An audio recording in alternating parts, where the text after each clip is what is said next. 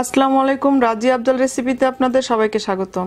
আজ আমি তৈরি করব খুব মজার একটা ডেজার্ট, আর সেটা হচ্ছে ফালুদা। গরমে এর চাহিদা অনেক বেশি, আর এই মজার ফালুদা যদি আমরা ঘরে বানিয়ে নেই, সেটা খেতেও অনেক মজা হয় আর স্বাস্থ্যসম্মত হয়। আমি আশা করছি ফালুদার এই রেসিপিটা আপনাদের কাছে ভালো লাগবে। ভালো লাগলে আমার আরও অনেক নতুন নতুন রেসিপি পেতে প্লিজ আমার চ্যানেলটিকে সাবস্ক্রাইব করবেন, আর আমার রেসিপিটা আপনাদের ফ্রেন্ডস অ্যান্ড ফ্যামিলিকে শেয়ার করবেন। চলুন তাহলে দেখে নেই এর পুরো প্রস্তুত প্রণালী। প্রথমে আমি 4 টেবিল চামচ সাবুদানা নিয়েছি। এটাকে ভালোভাবে ধুয়ে 20 মিনিট পানিতে ভিজিয়ে রাখবো। এখন চুলায় একটা প্যান বসিয়ে 1 লিটার ফুল ক্রিম দুধ দিয়ে দিচ্ছি। এই দুধটাকে জাল দিয়ে ঘন করে নিব। দুধটা অনেকটা ঘন হয়ে এসেছে। এখন এর মধ্যে সেই ভিজিয়ে রাখা সাবুদানা দিয়ে দিচ্ছি। সাবুদানা দেওয়ার পর অনবরত নাড়তে থাকতে হবে, তা না হলে দলা বেঁধে যাবে। এখন সাবুদানাটা সেদ্ধ হওয়া পর্যন্ত নাড়তে থাকতে হবে। যখন দেখবেন সাবুদানাটা একেবারে পুরোপুরি কাচের মতো স্বচ্ছ হয়ে গেছে, তখন বুঝবেন সাবুদানাটা হয়ে গেছে।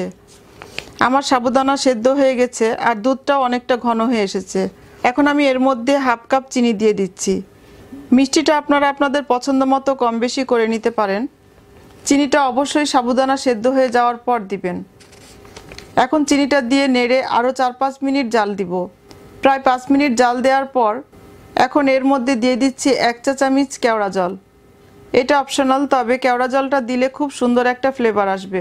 এখন এটাকে আমি চুলা থেকে নামিয়ে রুম টেম্পারেচারে এনে এরপর ফ্রিজে রেখে ঠান্ডা করে নিব।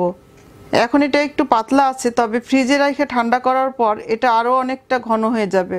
এখানে আমি 2 ধরনের জেলি ইউজ করেছি, একটা লেমন আর আরেকটা স্ট্রবেরি। যে কোনো সুপার শপে আপনারা এই জেলিগুলো কিনতে পাবেন, আর এটা তৈরির নিয়মও প্যাকেটের গায়ে লেখা থাকে। আমি একটা প্যানে 1 কাপ পানি নিয়ে নিচ্ছি। পানিটা গরম হলে এর মধ্যে জেলো পাউডার দিয়ে দিচ্ছি 3 টেবিল চামচ। এখন ভালোভাবে ফুটিয়ে ঘন করে নিতে হবে। জেলো পাউডারটা গলে ঘন হয়ে এসেছে। এখন এটাকে একটা বাটিতে ঢেলে রুম টেম্পারেচারে এনে এরপর 1 ঘন্টা ফ্রিজে রেখে ঠান্ডা করে নিতে হবে। এখানে আমি 2টা কালারের জেলি তৈরি করে ঠান্ডা করে নিয়েছি। আপনারা আপনাদের পছন্দ মতো যে কোনো ফ্লেভারের নিতে পারেন। এগুলো আমি কেটে নিচ্ছি।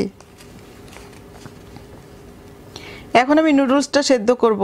এই জন্য একটা প্যানে পর্যাপ্ত পরিমাণ পানি দিয়ে পানিটা ফুটিয়ে নিয়েছি। এখন এর মধ্যে দিয়ে দিচ্ছি সামান্য ফুড কালার। আমি গ্রিন ফুড কালার দিয়েছি, আপনারা আপনাদের পছন্দ মতো যে কোনো কালার ইউজ করতে পারেন, কেননা ফালুদা একটু কালারফুল হলেই দেখতে ভালো লাগে। এখন আমি এর মধ্যে দিয়ে দিচ্ছি ছোট ছোট করে ভেঙে রাখা নুডলস। এটাকে ভালোভাবে সেদ্ধ করে নিব। নুডলসগুলো সেদ্ধ হয়ে গেছে। এখন এগুলোকে ছেঁকে নিব। এখানে আমি একটা বাটিতে হাফ কাপ পরিমাণ পানি নিয়ে 3 চা চামচ তোকমা দিয়ে দিচ্ছি। এবার চামচ দিয়ে একটু নেড়ে দিচ্ছি। তোকমাটা পানিতে ভিজিয়ে রাখলে ফুলে উঠবে। তোকমা ফালুদাই খেতে খুব ভালো লাগে, আর এটা আমাদের শরীরের জন্যও খুব উপকারী। ফালুদার ইনগ্রেডিয়েন্টস সব রেডি। আমি এখানে কিছু বাদাম কুচি করে নিয়েছি, কলা আপেল টুকরো করে কেটে নিয়েছি, আর নিয়েছি আনারদানা। আপনারা আপনাদের পছন্দ মতো যে কোনো ফ্রুটস এখানে ইউজ করতে পারেন। এখন পরিবেশনের পালা। আমি এখানে 2টা বাটি নিয়েছি। এখন এর মধ্যে প্রথমে নুডলস দিয়ে দিচ্ছি। সাজানোটা পুরোপুরি আপনাদের উপর নির্ভর করবে, এতে কোনো বাধা ধরার নিয়ম নেই। আপনাদের যেভাবে পছন্দ সেভাবেই সাজিয়ে নিতে পারবেন। কোনটা কতটুকু দিবেন সেটাও আপনাদের পছন্দের উপর নির্ভর করবে। এখন দিয়ে দিচ্ছি সেই ভিজিয়ে রাখা তোকমা, দিয়ে দিচ্ছি 2 কালারের জেলো। এখন টুকরো করে রাখা আপেল দিয়ে দিচ্ছি, দিয়ে দিচ্ছি কলা। এখন দিয়ে দিচ্ছি সাবুদানা মিশ্রিত দুধ। আবার একটু জেলো দিচ্ছি, দিয়ে দিচ্ছি কিছু আনারদানা, আবার অল্প সাবুদানা মিশ্রিত দুধ দিয়ে দিচ্ছি, দিয়ে দিচ্ছি অল্প একটু নুডলস। এবার দিয়ে দিচ্ছি আইসক্রিম। আমি ভ্যানিলা আইসক্রিম দিয়েছি, আপনারা চাইলে স্ট্রবেরি, ম্যাঙ্গো কিংবা অন্য যে কোনো ফ্লেভারের আইসক্রিম দিতে পারেন। এবার ওপরে কিছু আনারদানা আর বাদাম কুচি দিয়ে দিচ্ছি।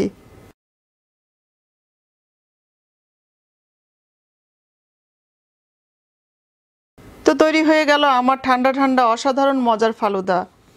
আপনারা বাসায় অবশ্যই একবার ট্রাই করবেন, আর ট্রাই করলে আমাকে জানাতে পারেন আপনাদের কাছে কেমন লেগেছে।